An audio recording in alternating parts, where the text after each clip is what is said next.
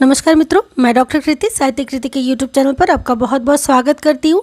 पिछली कक्षा में हमने आचार्य रामचंद्र शुक्ल जी की हिंदी साहित्य के इतिहास पुस्तक से द्विवेदी युग के अंतर्गत जो द्विवेदी युग की प्रमुख प्रवृत्तियाँ एवं काव्यगत विशेषताएं हैं उसको पढ़ा था। और आज की इस कक्षा में हम द्विवेदी युग के बहुत सारे कवियों को, लेखकों को पढ़ेंगे जिन्होंने द्विवेदी युग में अपनी महत्वपूर्ण रचनाओं से पूरे युग को समृद्ध कर दिया। तो शुक्ल जी ने पहले ही इस बात को उद्धृत किया था जिसमें उन्होंने कहा था कि द्विवेदी जी जो थे उन्होंने द्वितीय उत्थान में हालांकि इतिवृत्तात्मकता को यानी कि कथा के आधार को लेकर के खड़ी बोली में कविता को विशेष रूप से महत्व दिया, किंतु हुआ क्या कि बहुत सारे कवि इस ओर चले, मतलब महावीर प्रसाद द्विवेदी जी के पद चिन्हों पर, उनके आग्रह पर और समाज की समसामयिक समस्याओं को देखते हुए कुछ कवि एवं लेखक इनके कदमों पर चले, इनकी रास्ते पर आगे बढ़े और रचनाएं की। लेकिन बहुत सारे कवि एवं लेखक ऐसे थे जिन्होंने इसको खारिज करते हुए, या कह सकते हैं कि इससे अपना बहुत कह सकते हैं कि रुझान न देते हुए विश्व साहित्य की जो कह सकते रहस्यमयी जो भी चीज़ें चल रही थी, विश्व साहित्य पर जो काव्य पद्धति चल रही थी, पाश्चात्य काव्य पद्धति चल रही थी, उसके आधार पर काव्य रचना वो करने लगे।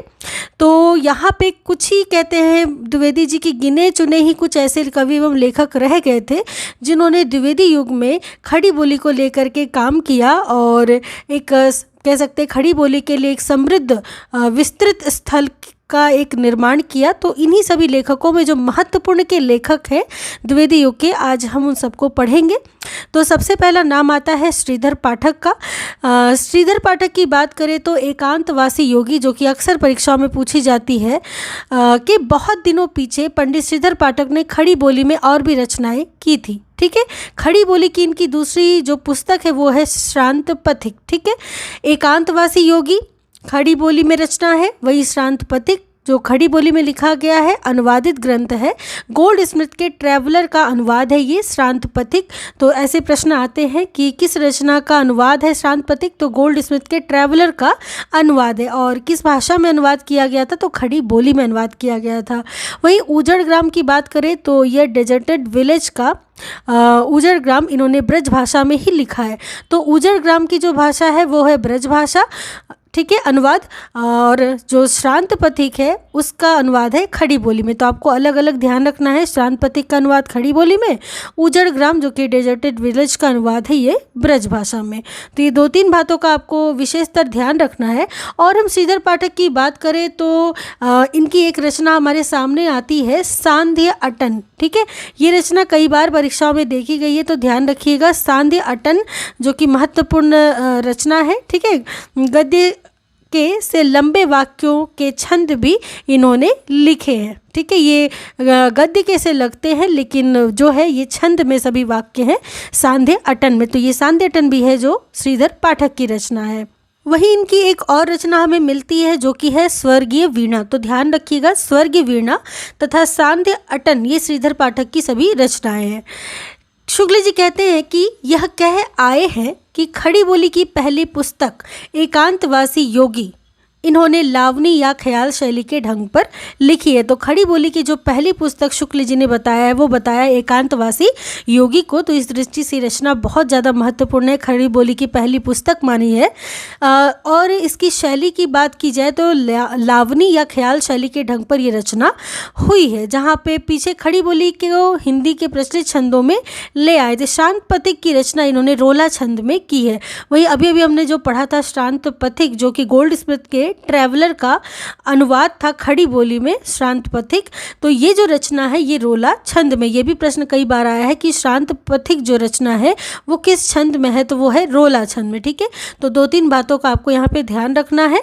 आगे हम चलेंगे श्रीधर पाठक का कुछ हम जन्म और मृत्यु भी देख लेंगे, क्योंकि कई बार क्रम वाले प्रश्नों में जन्म और मृत्यु के प्रश्न पूछे जाते हैं।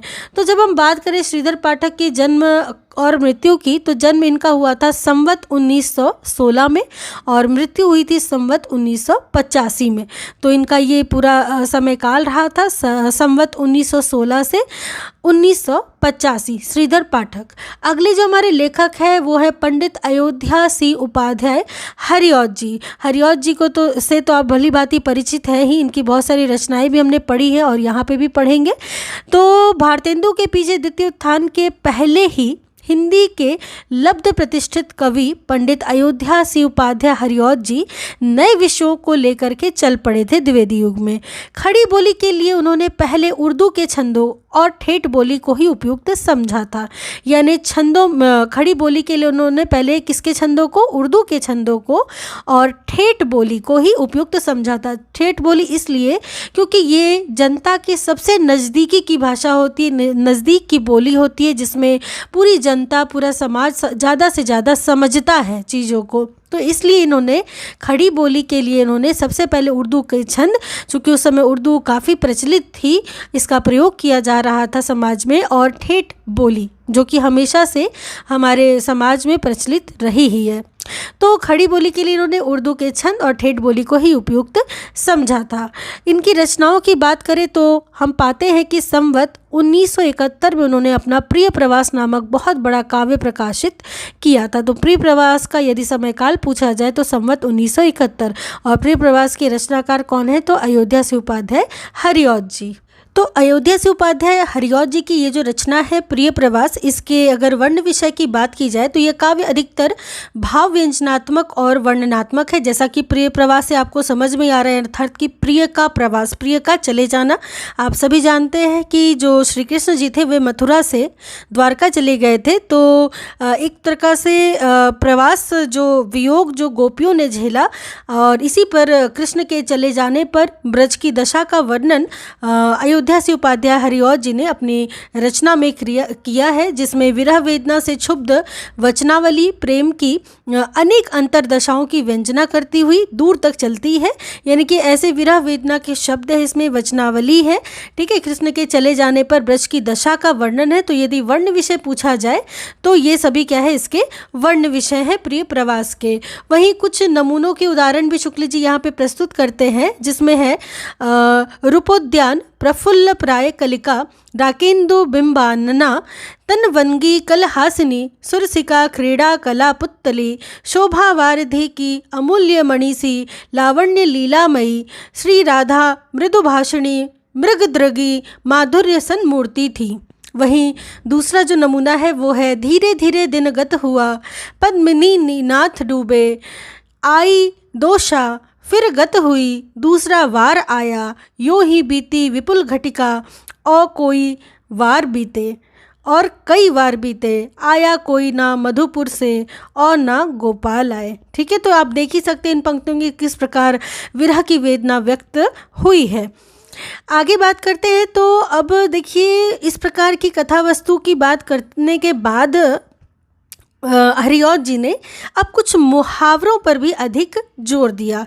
ठीक है, अब मुहावरों पर अधिक जोर देने के लिए उनकी आप देख सकते हैं कि बोलचाल की भाषा में अनेक फुटकल विषयों पर उन्होंने कुछ कविताएं लिखी। ठीक है, कुछ कविताएं रची जिनकी प्रत्येक पंक्ति में कोई ना कोई मुहावरा अवश्य दिखा हमें। जैसे ऐसी कविताओं का संग्रह हमें चोखे चौपदे में मिलती है, और चोखे चौपदे कई बार परीक्षाओं में पूछी गई है। किसकी रचना है, तो हरिऔध जी की रचना है। ठीक है, इसके साथ साथ एक रचना और भी है, चुभते चौपदे। ठीक है, तो चुभते चौपदे और चोखे चौपदे दो कविताओं का ऐसा संग्रह है जो कि मुहावरेदार है। ठीक है, चोखे चौपदे की बात करें तो एक पद्य भी यहाँ शुक्ल जी ने उद्धृत करते हुए बताया है कि क्यों पले पीस कर किसी को तू है बहुत पॉलिसी बुरी तेरी हम रहे चाहते पटाना ही पेट तुझसे पटी नहीं मेरी। ये पंक्तियाँ कई बार परीक्षाओं में पूछी गई है और हरिऔध जी की पंक्तियाँ हैं। ठीक है, ध्यान रखिएगा उनकी कविता संग्रह चोखे चौपदे से।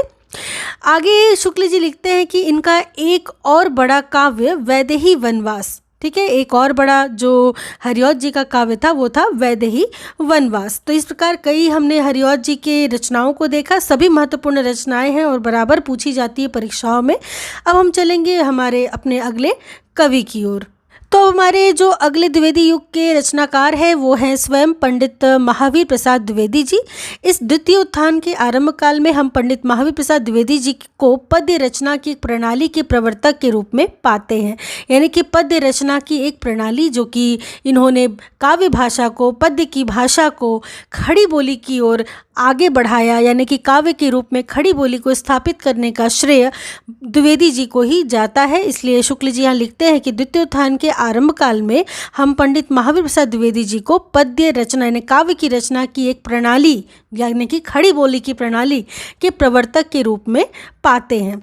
सरस्वती के संपादन काल, आपको पता ही है कि द्विवेदी जी ने सरस्वती का कार्यभार जो संभाला था वो संभाला था 1903 ईस्वी से 1920 ईस्वी तक। ठीक है, तो सरस्वती के संपादन काल में उनकी प्रेरणा से बहुत से नए लोग खड़ी बोली की कविता करने लगे थे। चूँकि बराबर सरस्वती पत्रिका में अपने संपादकत्व में निकलने वाले सरस्वती पत्रिका में वे लेख लिखा करते थे और कवि एवं रचनाकारों को इस ओर प्रवृत्त किया करते थे कि खड़ी बोली में वे रचना करें। ठीक है, तो लोग बहुत प्रभावित भी हुए थे और खड़ी बोली में कविता भी कर रहे थे। वहीं हम आगे चलकर देखेंगे तो हम पाएंगे कि नागरी प्रचारणी पत्रिका में प्रकाशित नागरी तेरी यह दशा, ठीक है, और रघुवंश का कुछ आधार लेकर रचित अयोध्या का विलाप नाम की उनकी कविताएं संस्कृत वृत्तों में पर ब्रज भाषा में ही लिखी गई है। ठीक है, तो कहते हैं कि मराठी के नमूने पर द्विवेदी जी ने हिंदी में पद्य रचना को शुरू किया था। किसके नमूने? मराठी के नमूने में। उन्होंने पहले तो ब्रज भाषा का ही अवलंबन किया, यानी कि प्रारंभ में उन्होंने ब्रज भाषा का ही सहारा लिया और नागरी प्रचारणी पत्रिका में प्रकाशित नागरी तेरी यह दशा, किस पत्रिका में? नागरी प्रचारणी पत्रिका में। ध्यान दीजिएगा, एक तो ये हो गया नागरी तेरी यह दशा और दूसरा क्या? रघुवंश का कुछ आधार लेकर के रचित, किसका आधार? रघुवंश का। ठीक है, अयोध्या का विलाप नामक जो उनकी कविताएं हैं वो संस्कृत वृत्तों में पर ब्रज भाषा में ही लिखी गई है। दोनों जो कविताएं किस भाषा में है? ब्रज भाषा में है। वही आगे हम देखेंगे कि इधर आधुनिक काल में जो ब्रज भाषा के पद्य के लिए संस्कृत वृत्तों का व्यवहार पहल स्वर्गीय पंडित सरयू प्रसाद मिश्र जी ने रघुवंश महाकाव्य के अपने पद्यवत भाषा अनुवाद में किया था, जिसका प्रारंभिक अंश भारतेंदु की कवि वचन सुधा में प्रकाशित हुआ था। तो जो रचना है कवि वचन सुधा, ये किसकी रचना है? ये है भारतेंदु की बड़ी प्रसिद्ध रचना है। तो इसी में बहुत सारे पहले लोगों ने क्या किया था? संस्कृत के आधार पर ब्रज भाषा पद्य के लिए संस्कृत वृत्तों का व्यवहार किया था। तो यहाँ पे आपको विशेष रूप से ध्यान रखना है कि भारतेंदु की जो कवि वचन सुधा है ये बहुत महत्वपूर्ण रचना है। ठीक है, हम आगे चलेंगे, देखेंगे। यहाँ पे एक बात ध्यान देने की है जो कि परीक्षाओं में पूछा जाता है कि ये पंक्तियाँ किसकी हैं। तो देखिए, द्विवेदी जी ने भी बराबर उक्त सिद्धांत के अनुसार जो था वो कविताओं में क्या किया? उक्त सिद्धांत के अनुकूल रचना नहीं की थी। अपनी कविताओं में बीच बीच में सानुप्रास कोमल पदावली का व्यवहार उन्होंने किया है। किसने किया है? द्विवेदी जी ने बीच बीच में, कविताओं के बीच बीच में सानुप्रास कोमल पदावली का व्यवहार, जैसे हम इसमें देख सकते हैं जो कि शुक्ल जी ने उद्धृत किया है कि सुरम्य रूपे रस राजी रंजते विचित्र वर्णाभरणे कहाँ गई, अलौकिक कानंद विधायनी महा कविंद्र कांते कविते अहो कहाँ, मांगल्य मूलमय वारिदवारी वृष्टि। ठीक है, तो ये जो पंक्तियां हैं ये पंक्तियां हैं द्विवेदी जी की और कविताओं के बीच बीच में ये इसी प्रकार के सानुप्रास कोमल पदावली का व्यवहार किया करते थे, जिसको शुक्ल जी ने उद्धृत किया है। और परीक्षाओं में ये पद कभी कभी देखने को भी मिलता है कि किसके पद है, तो द्विवेदी जी के हैं। और जैसा कि आपने देखिए शुरू से ही इस काल में देखा है द्विवेदी युग में कि द्विवेदी जी ने हमेशा से जन सामान्य की भाषा जो थी उसमें सामान्य भाषा में कविता करने पर विशेष बल दिया, जो कि खड़ी बोली थी। और इसी पर तुलसीदास जी कहते भी, गोस्वामी तुलसीदास जी ने कहा है, गिरा अर्थ जल बीच सम कहियत भिन्न न भिन्न, अर्थात भाषा से विचार अलग नहीं रह सकता। ठीक है, विचार और भाषा में इसी प्रकार का संबंध है। तो ये जो पंक्तियां हैं, गिरा अर्थ जल बीची सम कहियत भिन्न न भिन्न, ये है तुलसीदास जी की पंक्तियां। आगे हम देखेंगे कि कुछ द्विवेदी जी की कविताओं का एक संग्रह हमें देखने को मिलता है जो कि शुक्ल जी ने यहाँ उद्धृत किया है। और उनकी कविताओं का जो संग्रह है उसका नाम है काव्य मंजूषा, और कई बार ये रचना पूछी गई है तो ध्यान रखिएगा, कविताओं का संग्रह है महावीर प्रसाद द्विवेदी जी की काव्य मंजूषा। ठीक है, उनकी कविताओं के दूसरे संग्रह का नाम है सुमन। तो इस प्रकार काव्य मंजूषा और सुमन हमें दो रचनाएं देखने को मिलती हैं, ठीक है, जो कि महावीर प्रसाद द्विवेदी जी की हैं।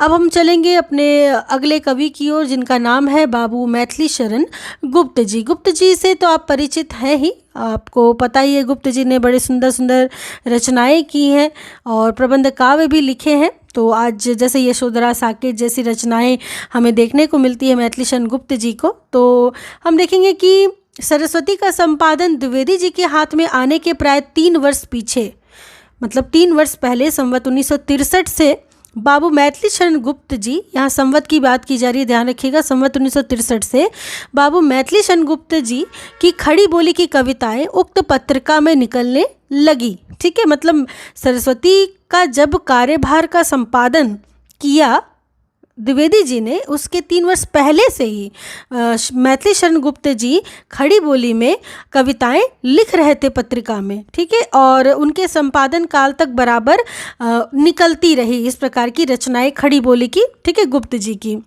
संवत 1966 में उनका रंग में भंग नामक एक छोटा सा प्रबंध काव्य प्रकाशित हुआ, जिसकी रचना चित्तौड़ और बूंदी के राजघरानों से संबंध रखने वाली राजपूती आन की एक कथा को लेकर के हुई थी। ठीक है, तो ये जो रचना है रंग में भंग, ये इसका जो समय काल है 1966, और ये क्या है, एक छोटा सा प्रबंध काव्य है, किसका, गुप्त जी का, मैथिली शरण गुप्त जी का। वर्ण विषय की बात करें तो चित्तौड़ और बूंदी के राजघरानों से संबंध रखने वाली ये राजपूतानी आन बान की कथा को लेकर के लिखी हुई थी, रंग में भंग। कहते हैं कि तब से गुप्त जी का ध्यान प्रबंध काव्यों की ओर एक प्रकार से बराबर चलता रहा और वे बीच बीच में छोटे या बड़े प्रबंध काव्य लिखते ही रहे। गुप्त जी की ओर बराबर रहा और वे बीच बीच में छोटे प्रबंध काव्य आपने देखा ही कि लिखते रहे। गुप्त जी की ओर पहले हिंदी प्रेमियों का सबसे अधिक ध्यान खींचने वाली उनकी भारत भारती निकली। आप जानते ही हैं, भारत भारती बहुत महत्वपूर्ण रचना है और इसका समय काल आप मुझे कमेंट सेक्शन में ज़रूर लिख के बताइएगा, क्योंकि कई बार परीक्षाओं में पूछी गई है। भारत भारती मैथिली शरण गुप्त की है, प्रकाशन वर्ष आप मुझे ज़रूर बताइएगा। तो भारत भारती निकली, इसमें मुसद्दस हाली के ढंग पर, किसके ढंग पर, मुसद्दस हाली के ढंग पर भारतीयों की या हिंदुओं की भूत और वर्तमान दशाओं की विषमता को दिखाया गया है। ठीक है, भविष्य निरूपण का प्रयत्न नहीं है, केवल क्या दिखाया गया, हिंदुओं, भारतीयों की या हिंदुओं की भूत और वर्तमान दशाओं की जो विषमता है उसको इसमें दिखाया गया है, भविष्य का निरूपण इसमें नहीं है। ठीक है, और कहते हैं कि यद्यपि काव्य की विशिष्ट पदावली, रसात्मक चित्रण, वाग्वय चित्र इत्यादि का विधान इसमें नहीं था, पर बीच में मार्मिक तथ्यों का समावेश बहुत साफ और सीधी सादी भाषा में होने के कारण यह पुस्तक स्वदेश की ममता से पूर्ण नवयुवकों को बहुत प्रिय हुई।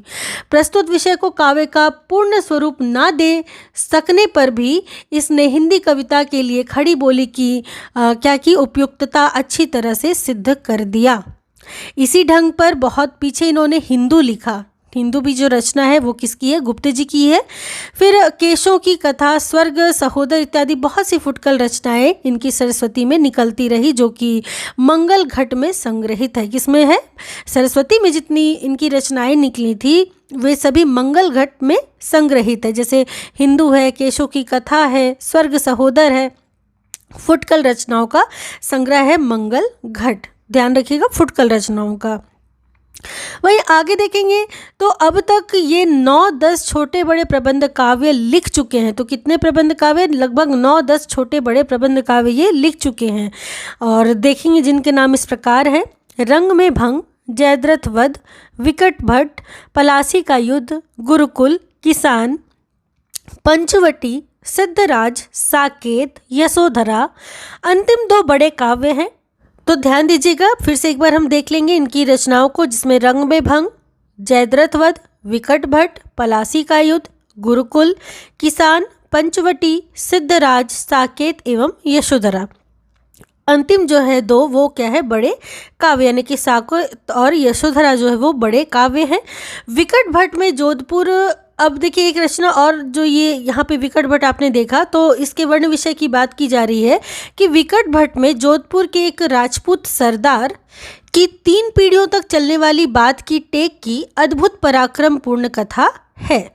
गुरुकुल में सिख गुरुओं के महत्व का वर्णन है। तो इस प्रकार वर्ण विषय में क्या है, विकट भट्ट में जोधपुर के एक राजपूत सरदार की 3 पीढ़ियों तक चलने वाली बात की टेक की अद्भुत पराक्रमपूर्ण कथा है। वहीं गुरुकुल में सिख गुरुओं के महत्व का वर्णन है। छोटे काव्यों में जयद्रथ वध और पंचवटी है इनकी रचनाएं। ठीक है, छोटे काव्यों में कौन कौन सा है, जयद्रथ वध और पंचवटी, ध्यान रखिएगा। ये सभी रचनाएं मैथिली शरण गुप्त जी की हैं। ठीक है, तो जयद्रथ वध और पंचवटी का स्मरण अधिकतर लोगों को है। वहीं वैतालिक की रचना उस समय हुई जब गुप्त जी की प्रवृत्ति खड़ी बोली में गीत काव्य प्रस्तुत करने की ओर भी हो गई थी। तो वैतालिक जो है वो मूलतः कह सकते हैं खड़ी बोली में गीत काव्य है।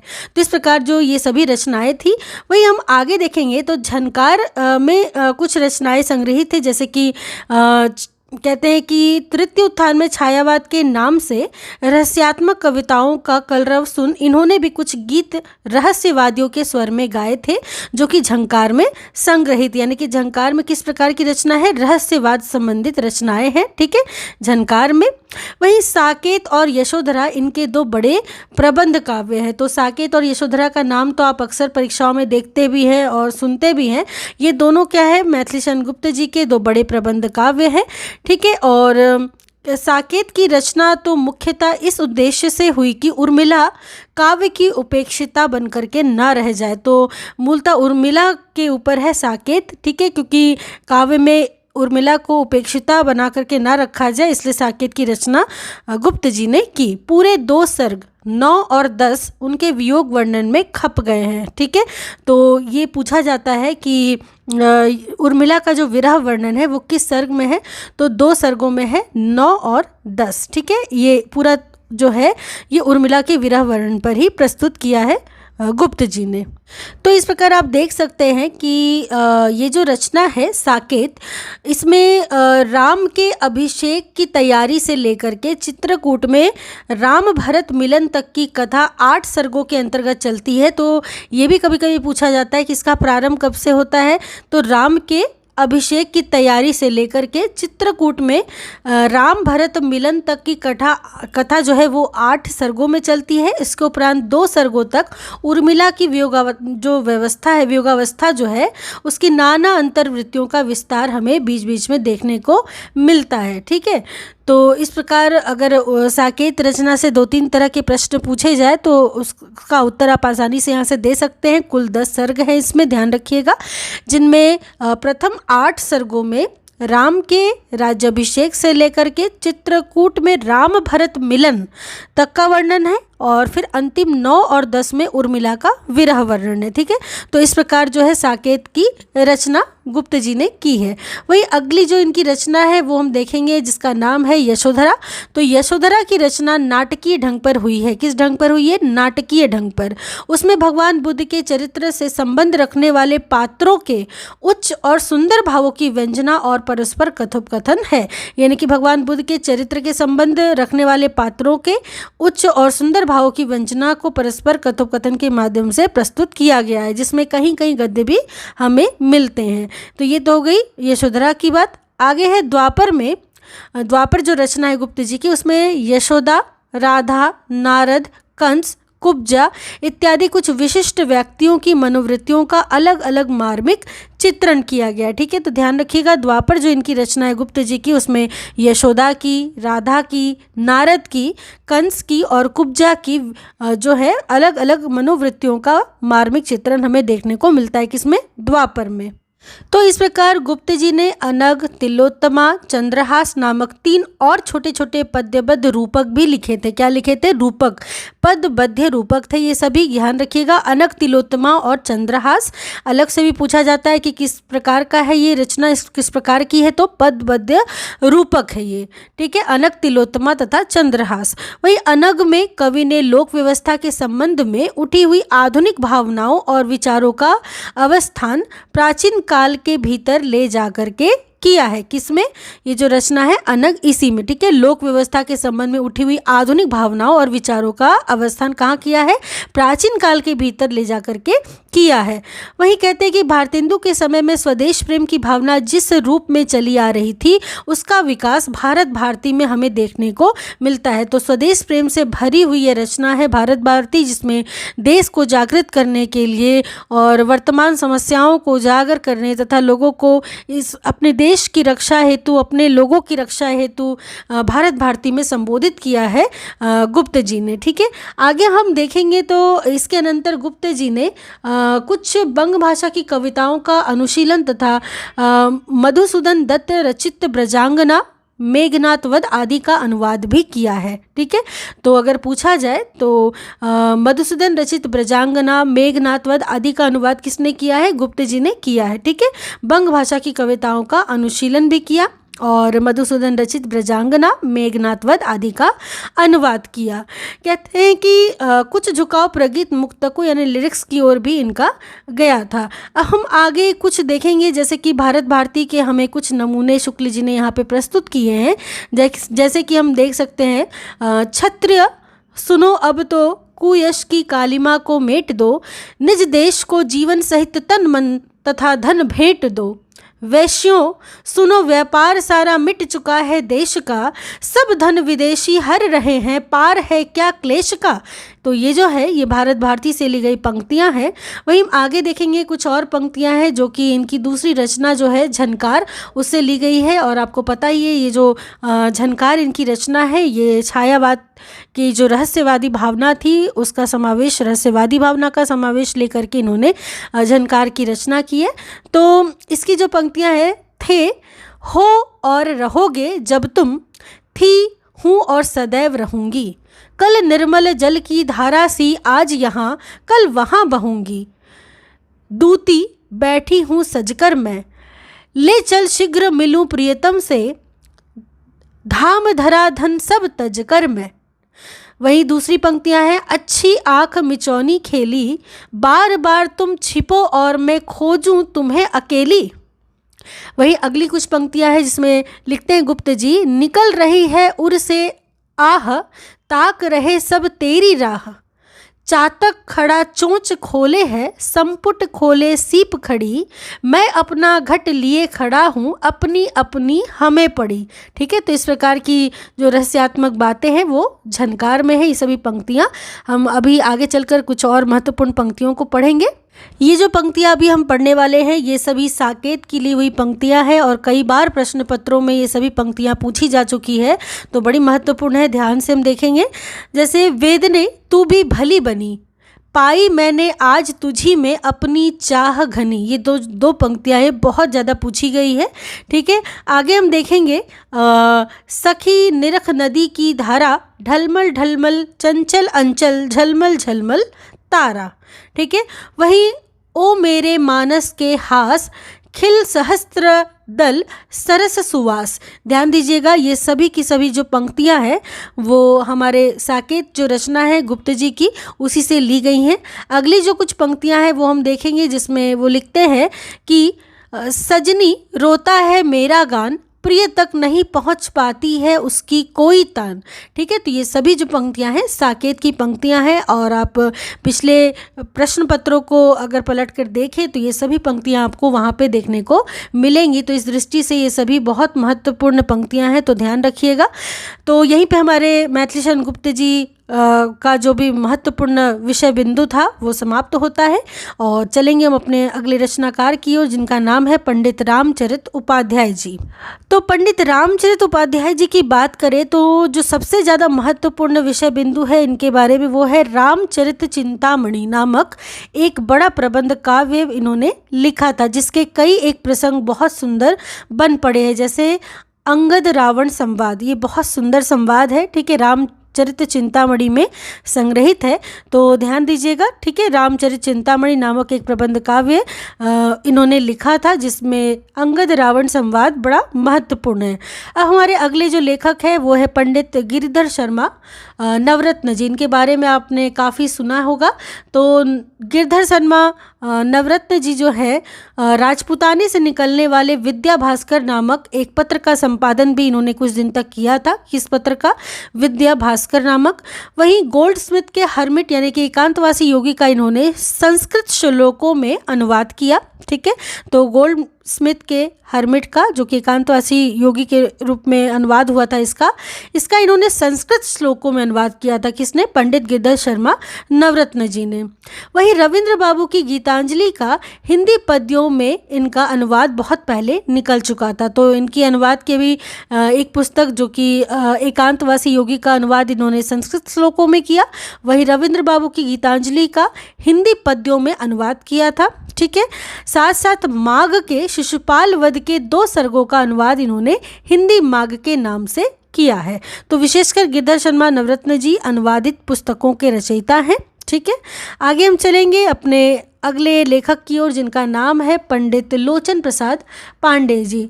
तो लोचन प्रसाद पांडे जी के बारे में बात करें तो खड़ी बोली के विषय में जो एक मत है, इन्होंने खड़ी बोली के सवैयों में एक मृगी का अत्यंत दारुण परिस्थिति का वर्णन किया था। ठीक है, मृगी दुख मोचन के नाम से। तो मृगी दुख मोचन जो कि लोचन प्रसाद पांडे जी की रचना है, खड़ी बोली के सवैयों में रचना है, जिसमें एक मृगी का अत्यंत ही दारुण परिस्थिति का वर्णन बहुत सरस भाषा में किया है, जिससे पशुओं तक पहुंचने वाली इनकी व्यापक और सर्वभूत दया पूर्ण काव्य दृष्टि का पता चलता है। ठीक है, तो इनकी ये रचना जो है वो विशेष रूप से आपको जानना ज़रूरी है, मृगी दुख मोचन। तो इस प्रकार जो है हमारे इतने सारे जो कवि और लेखक थे वो द्विवेदी युग के प्रमुख लेखक और कवि थे, जिन्होंने द्विवेदी युग को कह सकते हैं कि एक विस्तृत रूप देने के लिए और समृद्ध बनाने के लिए अथक प्रयास किए थे। अब अगली कक्षा में हम द्विवेदी मंडल के कुछ बाहर की काव्य भूमि के कवियों को भी देखेंगे। तो अगली कक्षा में भी इसी प्रकार से आप बने रहिएगा, क्योंकि आप देख ही सकते हैं सभी बहुत महत्वपूर्ण कक्षाएं हो रही हैं। और चैनल को यदि सब्सक्राइब नहीं किया हो तो इसी प्रकार की वीडियोस को देखने के लिए आप ज़रूर से सब्सक्राइब करके जाएं, ताकि आपसे कोई भी विषय वस्तु छूटे ना। तैयारी परीक्षा की बहुत अच्छे से आप करिए, और अगर कुछ पूछना हो तो मुझसे कमेंट सेक्शन में पूछ सकते हैं। और मैं फिर से एक बार आपको बता दूँ, अभी तक गोविंद पांडे, पुनीत कुमार राय और शुक्ल जी की जितनी भी अभी तक कक्षाएं हुई हैं सब अलग अलग प्लेलिस्ट में आपको उपलब्ध करा दी गई हैं। आप ज़रूर से सभी प्लेलिस्ट को पढ़िए, सभी बहुत ज़्यादा महत्वपूर्ण है। तो इसी प्रकार से हम अगली कक्षा में भी पढ़ेंगे द्विवेदी मंडल के बाहर की काव्य भूमि के कवियों को। तो मिलती हूँ अगली कक्षा में, तब तक के लिए आप सबका बहुत बहुत धन्यवाद।